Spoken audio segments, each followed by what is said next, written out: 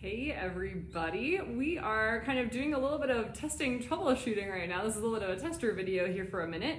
We just finished recording a reading with Raptors and we're not seeing it anywhere. So I'm gonna talk here for a second and just see if this is working, if anyone hops in, to see if we can figure out what's going on. We just read a delightful book about dinosaurs, hanging out with this red-tailed hawk. So we're gonna hang out here for a second. I might just ask him to come forward to this perch up here so we've got something kind of interesting going on. And we'll see, go up here. So we'll see if anyone hops in. I might just talk about him for a minute and then sign off here. Oh, I see a person. Maybe that means it's working now. All right, well, folks, hello. Welcome to Reading with Raptors 2.0, which is that we started recording earlier at 11, and I finished up and everything. Scout was amazing, and then I could not find the posting anywhere. It just vanished into thin air. Thank you so much, everyone, for commenting that it's working. I appreciate it. I am honestly not sure what happened. I did everything the same way it normally goes, but like I didn't have anyone in live and was like, maybe something's not working. And then I posted it and it didn't even show up on the page. I checked on other Facebook accounts. So welcome everyone. We're gonna do this all over again. So this is one of our resident red-tailed hawks who we call Scout. Thanks for joining us a little bit later than usual. So this is a red-tailed hawk who we call Scout, one of our resident red-tailed hawks. He's actually from a little bit further out west, kind of in the Oregon area. So if any of our friends here are watching from out west, kind of on the west coast, this probably looks very familiar. To those of us watching from kind of the Midwestern and Eastern portions of North America, or elsewhere in the world, he looks a little bit different from the kind of typical red-tailed hawks you might see. He's a little bit smaller and a little bit stripier. You can see these excellent kind of stripy legs on his feathers, and he also has kind of an extra stripy tail, which I always think is really striking. So this particular bird is from kind of further out west, where this is a little bit more common for the red-tailed hawks there, which always really interesting, I think, to kind of see the different kind of subspecies and geographical variations and all of that these birds can have.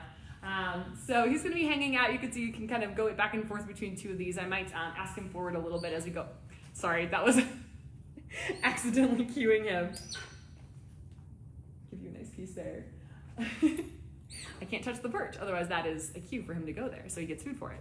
So we are going to read, and Scout is going to listen to for the second time this morning, Did Dinosaurs Have Feathers? By Kathleen Weidner Zoehfeld, illustrated by Lucia Washburn. And so this is a really wonderful book about kind of the evolution of dinosaurs and birds, or modern day dinosaurs. It has these really delightful illustrations and some very kind of like creative or more unusual kind of feathering, coloring options for birds, which I really enjoy since we don't actually know what color any fossilized feathers were. There's been some work recently on trying to figure that out, kind of looking at the structure of the feather under really high-powered microscopes and things like that. For the most part, we don't know what color these ancient birds were, which I think is really interesting. I will also say, too, that this particular book was written in 2004, which a lot of the information in here is really great and really still very relevant.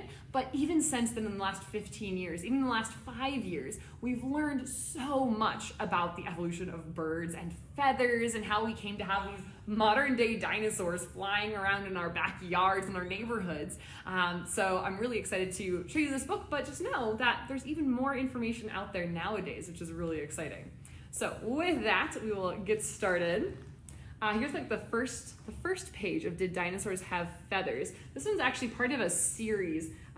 If you're interested, there's more kind of to the series here about dinosaur babies and tyrannosauruses and what happened to the dinosaurs. So there's a little bit more information out there, but here's this kind of first page, this big, beautiful kind of sunset scene. We'll find out more about where this might be kind of taking place later on in the book here.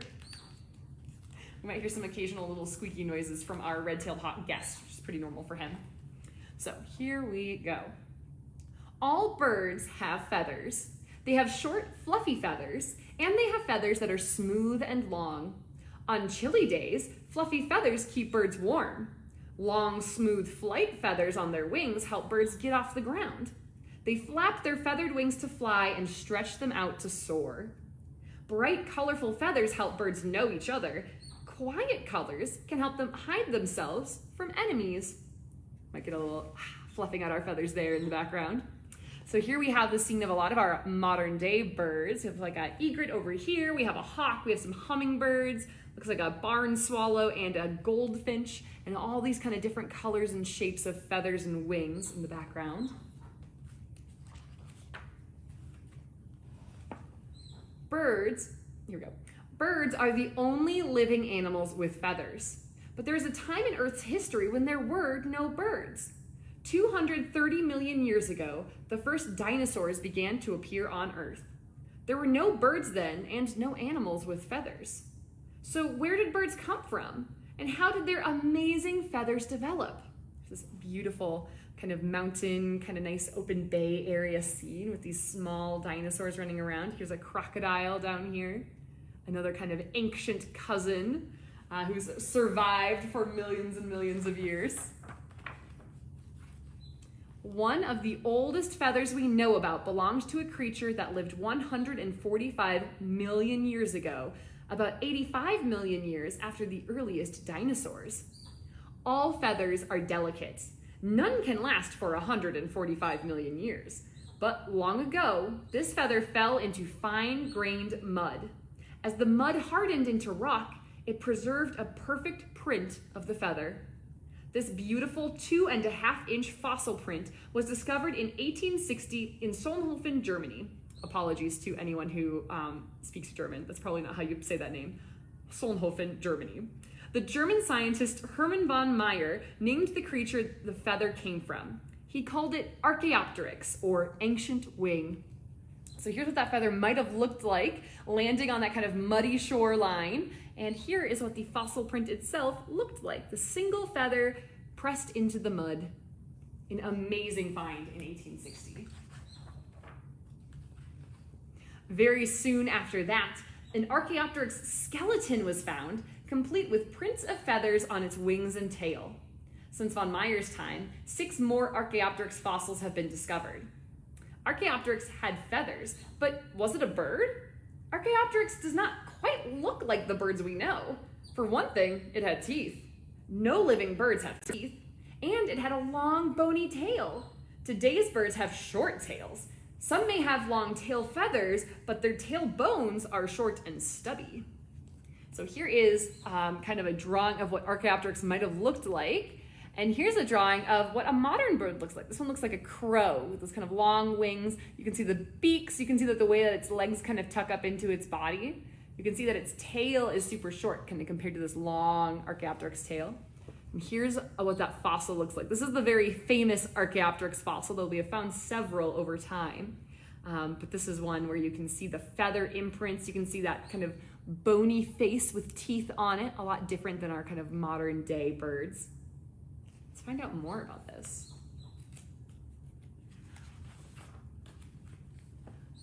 Archaeopteryx wings and feathers look like those of modern birds. In fact, many scientists think Archaeopteryx was able to fly. But unlike birds, Archaeopteryx had 3 long clawed feathers on the front edge of each wing. Archaeopteryx had the wings and feathers of a bird, but its sharp teeth, long tail, and clawed hands were very much like a dinosaur's. So what was this newly discovered feathered creature? Dinosaur or bird? In the 1860s, scientists decided to call Archaeopteryx Earth's oldest or first bird. Nevertheless, many believe that this weird bird must have developed from dinosaur ancestors. So here's what this might have looked like in a nice kind of like oceanside area or a lakeside or riverside in what would one day become Germany. It's a kind of flying bird dropping that feather near the water. Over years of careful study, scientists have discovered that Archaeopteryx's bones are very similar to the bones of meat-eating dinosaurs. Meat-eating dinosaurs make up the group of dinosaurs called Theropods. The theropod group includes some of the fiercest and most famous of all dinosaurs, the huge Tyrannosaurus, and the smaller Deinonychus, Oviraptor, and Velociraptor. I know a lot of us are very familiar with Velociraptor from things like Jurassic Park, one of my personal favorites. But Velociraptors, in reality, were more like the size of chickens or turkeys. For larger raptors, you want things like Deinonychus or Utah Raptor. But all of them have these very similar kind of head shapes. We have Oviraptor with that big, almost parrot-like beak. And down here you can see Archaeopteryx, kind of a small kind of chicken or crow-sized proto-bird, or bird ancestor cousin maybe. Theropod dinosaurs walked on 2 legs and had 3-toed feet, with claws, just as birds do. Both theropods and birds have S-shaped necks and light, hollow bones. Birds have wishbones that give their wings much of the strength they need to fly. Some theropod dinosaurs also had wishbones. Birds have feathers, and so did Archaeopteryx. Scientists wondered if some theropod dinosaurs might have had feathers too. It takes rare and special conditions for delicate feathers to fossilize, so even if a dinosaur did have feathers, in most cases they would not be preserved. Here is a modern day dinosaur, a bald eagle, flying next to a theropod dinosaur. You can see some of the differences that we know about with those kind of clawed hand type structures, the bony face with teeth, the longer tail. And who knows what these feathers actually might have looked like on these birds, or on these dinosaurs. Might have looked more similar to the birds that live nowadays. Once in a while, though, feathers do leave fossil prints. That's how we can be sure that Archaeopteryx and at least a few theropods did indeed have feathers. In the 1990s, scientists in China's Liaoning province discovered an area rich in fossils. The fossils were about 145 to 125 million years old, and they were preserved in rocks as fine-grained as those in Solnhofen, Germany. In 1996, Ji King, the director of the National Geologic Museum in Beijing, received a particularly interesting fossil from a Liaoning farmer. It was a small theropod dinosaur about the size of a chicken. It had sharp teeth, short arms, and clawed hands, and a long, bony tail. So here we have kind of a drawing of that fossil that was found that looks very bird-like with some of the imprints of some soft kind of fuzzy feathers. To give you an idea of where this province is, because this one comes up a lot when we're talking about dinosaur fossils, this is modern day China with those borders, and up here near what is now the Korean Peninsula, we have the Liaoning province. So this kind of large open area near water. I'm not sure exactly what it looked like at the time, but from every description I've read previously, it was kind of a temperate area near water with kind of big, open, kind of shallow bay-like areas. So kind of cooler, not super warm, kind of further up north where the continent was at the time, at least 145 million years ago. It certainly moved since then. What most surprised Dr. G was a ridge of feather-like fringe along the dinosaur's back and tail, and shorter feathery fringe bristling along its neck. This dinosaur's feathers were not the smooth flight feathers that Archaeopteryx and most modern birds have. They were more like the fluffy feathers of a chick. Scientists call these fuzzy wisps proto feathers, the structure from which modern feathers developed or evolved. G named the new dinosaur Sinosauropteryx, or Chinese dragon wing. Sinosauropteryx's fuzzy feathers would not have been useful for flying, but they may have helped keep the little dinosaur warm. So here you have a drawing of what that area might have looked like. You can see some kind of tall conifer-like trees, nice open areas of water and waterfalls with the cliffs that are there, and these kind of small fuzzy dinosaurs keeping themselves warm. Just like you can see in the background, you can see these kind of fuzzy, fluffy feathers that are keeping this bird nice and cozy, especially now that we're in the air conditioning instead of outside where it's about 90 degrees right now. So the fluffy, fuzzy feathers are doing their job. Not long after the discovery of Sinosauropteryx, several other feathered theropods were unearthed in Liaoning. The turkey-sized Proto-Archaeopteryx and Caudipteryx had fuzzy proto-feathers on their bodies, but they also had smooth feathers on their arms, and they each had a fan of feathers on their tails. Perhaps like today's turkeys, Proto-Archaeopteryx and Caudipteryx could have spread their fancy tail feathers to show off for their mates or to frighten their enemies. So here we have this kind of big open bay, I think I mentioned earlier, where these birds are out maybe looking for fish or other small animals to eat, using their fuzzy feathers to maybe keep warm, but those long wing or kind of arm feathers and tail feathers might be using them to shade the water, might be using them to display. Who knows? Still lots to learn.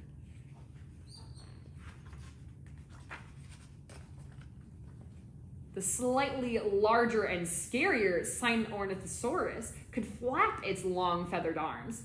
Much of its body was covered in thick, feathery fuzz, and its jaws were lined with sharp, deadly teeth. Vapiosaurus was one of the biggest feathered dinosaurs. It weighed as much as an ostrich and was over 7 feet long. Microraptor is one of the smallest dinosaurs ever found. It had smooth feathers on its arms and legs and tail. Microraptor was so small, you could have held it in your hands. That is, if you weren't afraid of its sharp teeth. So here's a big variety of these kind of bird ancestors or bird cousins. We have the tiny, tiny Microraptor. We have Vapiosaurus, which I really enjoy how they colored the feathers here. We have a lot of modern birds that have kind of colors like this. This one actually reminds me of a bird called the lilac-breasted roller that looks like really, really similar in colors. I wonder if that was the inspiration for the coloration on this particular dinosaur. Ornithosaurus, which also has these little flashes of blue. Again, we don't know what colors a lot of these bird or these ancient dinosaurs had, so we're still trying to figure that out using some kind of new technology, but some of it is still kind of guessing based off of what our modern birds are capable of and what they use their feathers for nowadays. Can give us some hints about what dinosaurs might have been using these for millions of years ago. Today, most scientists believe that Archaeopteryx and all modern birds evolved from theropod dinosaurs. Feathers probably first developed to keep small dinosaurs warm.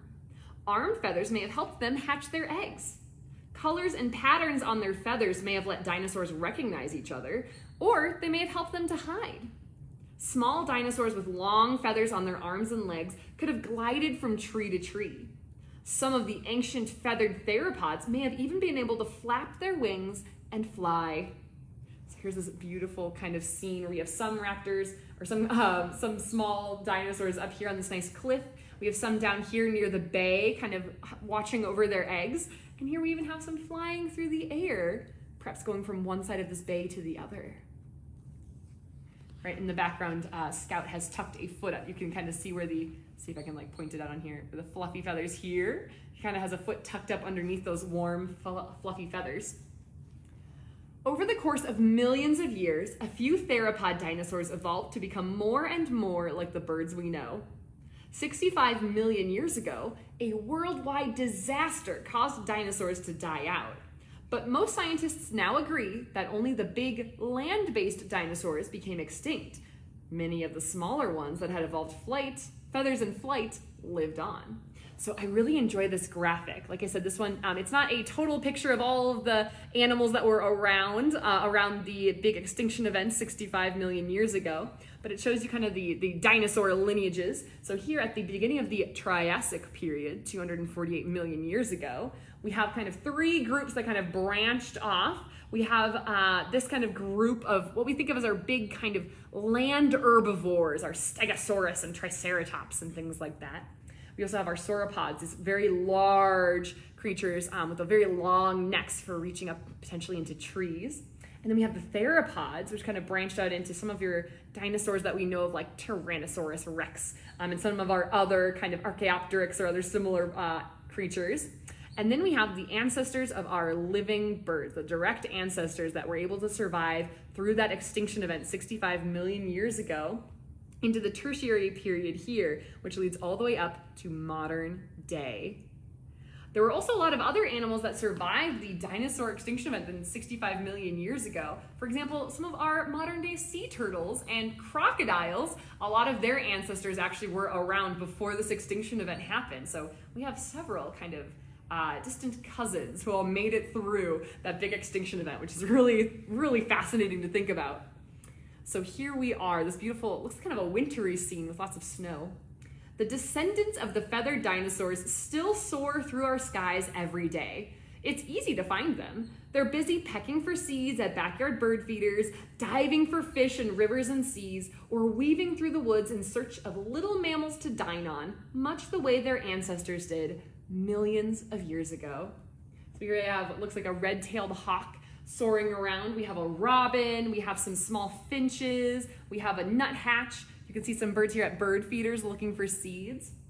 So you can see all the different kind of colors and shapes and sizes of all of these different kinds of feathers that birds have developed in the last many millions of years to do all these different jobs. So you have soaring birds, we have perching birds, all sorts of different birds who have adapted to different habitats, different types of food, all of that.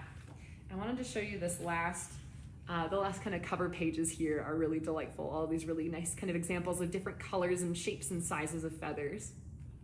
So that has been Did Dinosaurs Have Feathers? Like I said, apologies for the awkward start of the video. This was version 2 after Facebook kind of ate the first one, I think. This is Did Dinosaurs Have Feathers by Kathleen Weidner Zoehfeld, illustrated by Lucia Washburn. So that, again, it's kind of part of a series, which is really fantastic. I just really love thinking about the fact that we have these modern day dinosaurs. I know I definitely have been really interested in dinosaurs for forever, and knowing that we have their cousins or their descendants still around doing all of these important jobs, serving such an important role in the environment. And you can see on this bird, you can see all the different types of feathers that he has, the really long, broad wings you could maybe see when he was coming down to land. Those kind of feathers that kind of spread out as he spread out his wings to slow down or take off. All of these feathers have really adapted into just a huge variety of shapes and sizes and jobs that they do. They keep him warm, he can help cool himself off, keep himself dry. All of this is really, really important for these birds. So just thinking about how those developed over time is just really fascinating. Somebody had asked, I think, about this particular bird, since he's kind of a newer guest here on Reading with Raptors. So this particular red-tailed hawk has kind of a strange story. He was actually, I'm not sure exactly how it kind of came about, but he spent the first couple years of his life, probably we estimate 2 to 3 years, living illegally with somebody who was keeping him illegally without any sort of permits or permission or anything like that, out west in Oregon. And so this was eventually found out and he was removed from that living situation. And because there is a lot of kind of mystery about what those first couple of years had been like, he doesn't appear to be imprinted on humans. He appears to know how to be a red-tailed hawk and recognizes other red-tailed hawks. So a lot of his behavior is pretty normal for a red-tailed hawk. But because it was such a kind of strange situation for him to be in, there was a lot of concern that he would have a little bit of trouble surviving out in the wild and kind of maybe some unpredictable behaviors there. So that is why he it decided that he would become a great education bird. So this is a bird who, over the last little bit over a year and a half, has been doing a lot of work with us and is now going out on programs and teaching people about red-tailed hawks. So always a great kind of point of order is that these birds are actually specially protected by both state and federal laws to help keep them safe. Oh no, that's gonna end up on the table. Haha, just short of it. So these birds are specially protected by laws to keep them safe. So that way we can make sure that if anyone is kind of taking care of these birds, that they have all the proper permissions and they're doing their best to take care of these birds as well. So here at the Raptor Center, we have to have special permission to have these birds and take care of them to be able to tell people about the important jobs they're doing out in the wild. Even their kind of feathers, body parts, nests, all of that, those are all protected by law just to help keep these birds safe and thriving out in the wild.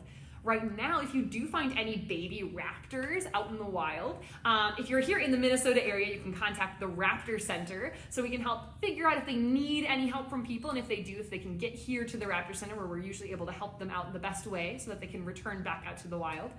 If you are further afield outside of Minnesota or further away, definitely contact either your local DNR or a local wildlife rehabilitation center. They usually have some great resources for places to bring those birds so that they can be raised properly and returned back out to the wild. So that's a little bit about Scout here. Like I said, kind of a strange story for him. But that is why he lives with us. So physically, he's totally fine. You can see he had some great flight, kind of back and forth there, though we're in a kind of smaller space. Somebody asked who's my favorite bird, which is always a very tricky question to answer. Since I've been working more with this particular red-tailed hawk, I've been really enjoying working with him, especially flight, and then working with him on getting him out on programs. So I'm feeling very fond about that right now. But my favorite species of raptor, I really enjoy, one of my favorite birds in the world is actually not one that we have here in North America. It's called the Bearded Vulture. Or the lammergeier. It lives in the mountainous areas of Europe and Asia, and it is a vulture that only eats bones. So most raptors are eating the bones of the animals that they eat, but this particular vulture has adapted to only eat the bones of the animals that it finds. So it waits until other vultures and other animals have stripped down a carcass to nothing, and to the point where no one else wants to eat anything because it's just the bones. And then bearded vultures show up, and small enough bones they'll swallow whole, and the larger bones that they can't fit in their mouths, they will fly up high and drop them onto patches of rocks, and it will break them into pieces that they'll then swallow whole. Which is just amazing. So that's one of my favorite birds in the world, is the bearded vulture, which is phenomenal. But I have a big soft spot for vultures in general. I think they're fantastic, and very important job out in the wild of breaking down carcasses and being able to kind of speed up that decomposition process. So a very important job vultures have in general. But red-tailed hawks are usually out looking for lots of small animals, so they're doing a lot of kind of free natural pest control. So they're also fantastic to see. And if you're here in North America, most places you can see red-tailed hawks either standing on the side of the road, near big open fields, or soaring through the air looking for those small animals. So I always really enjoy seeing red-tailed hawks. I know if you're here in the Minnesota area, I drive a lot on the kind of one highway, kind of on the north end of the cities, and I'll see the same kind of sets of red-tailed hawks all the way down the highway at the different kind of big intersections. There's a different pair of red-tailed hawks holding down the fort, which is always really exciting to see. So hopefully you can get out and see today. Again, if you're in most of North America, it's pretty hot out today, so stay safe. But hopefully you can get and see some of our modern day dinosaurs. As you're out and about, you can keep an eye out for them, see what they're up to. Right now, a lot of them are on nests and are probably gonna be doing a lot to keep cool. So you can observe them and see what these modern day dinosaurs are doing to stay cool outside. So thank you everyone so much for joining us and being patient with our kind of fun technical difficulties on this one. If for some reason this posts 2 versions of this video, that will be very interesting to see. So thank you all so much for joining us. We'll see you again next week for more Reading with Raptors. In the meantime, you can also check us out here on Facebook, on our Instagram @The Raptor Center, and you can keep an eye on what kind of programs, both in person and online, we are doing at theraptorcenter.org. So keep an eye out on there as we keep kind of posting and updating as we get more into the interesting summer of 2021. I'm sure we'll have lots of updates to post on there about what we're all up to. So we'll see you all next week. Have a great rest of your day, everyone.